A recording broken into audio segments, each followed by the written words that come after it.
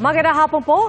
Patay sa pamamaril sa Quezon City ang isang lalaki na may alitan sa suspect na dating sundalo. Ang ugat daw ng komprontasyon ang paninita ng biktima sa pagpark ng suspect na kanyang motorsiklo sa makipot na daan. Nakatutok si Bea Pinlac. Dali-daling tumakbo ang lalaking ito sa eskinitang yan sa Daang Tubo, Barangay UP Campus, Quezon City, Biyernes ng umaga. Nakabuntot sa kanya ang isang dating sundalo na nakahugot na pala ng baril galing sa sling bag niya. Hindi na nahagip sa CCTV ang sumunod na nangyari. Pero umalingaw-ngaw ang sunod-sunod na putok ng baril. Patay ang 31 anyos na lalaki matapos tamaan ng mga bala sa ulo at dibdib. Tumakas ang 53 anyos na suspect. Ayon sa kalapit na barangay na rumisponde sa pamamaril, sa bungad pa lang ng eskinita, nagkainitan na ang suspect at biktima. Doon sila nagsuntukan sa labas.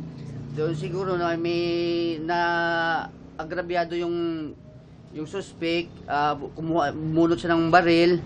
And then, nagpaputok siya dito. May nakita kami isang basiyo dito ng bala. And then, tumakbo dito, tuloy-tuloy yung biktima.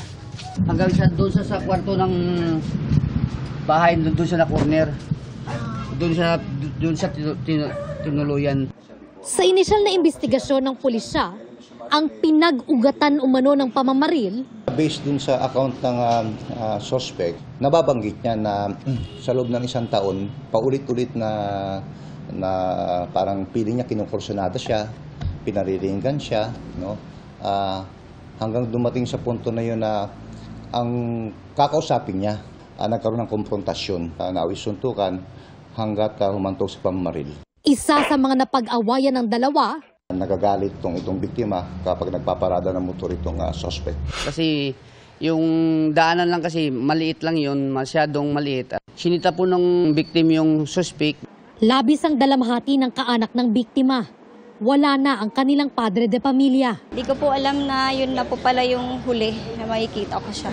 Sobrang sakit po. Dami niya pong pangarap para sa amin, para sa mga bata.